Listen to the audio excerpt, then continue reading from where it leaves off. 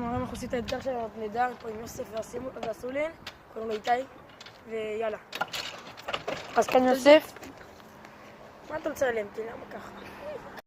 נדנדה עם יוסף שלי, ועכשיו אנחנו מסבב אותו. רגע! לך יוגי! לא יוגי!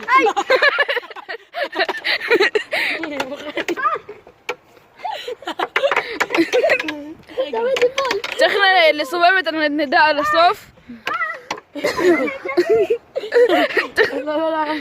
שנייה, מה אתה עד שחרר עדיין? בוא נראה לצופים. צריך לסובב את הנדנדה עד הסוף. רגע, עוד מסובב, עוד סובב. צריך לסובב את הנדנדה, לא משנה איזה נדנדה שמסתובבת עד הסוף.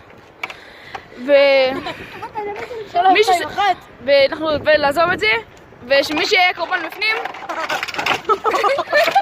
צריך לשרוד, ולפני זה צריך לעשות 5 סיבובים.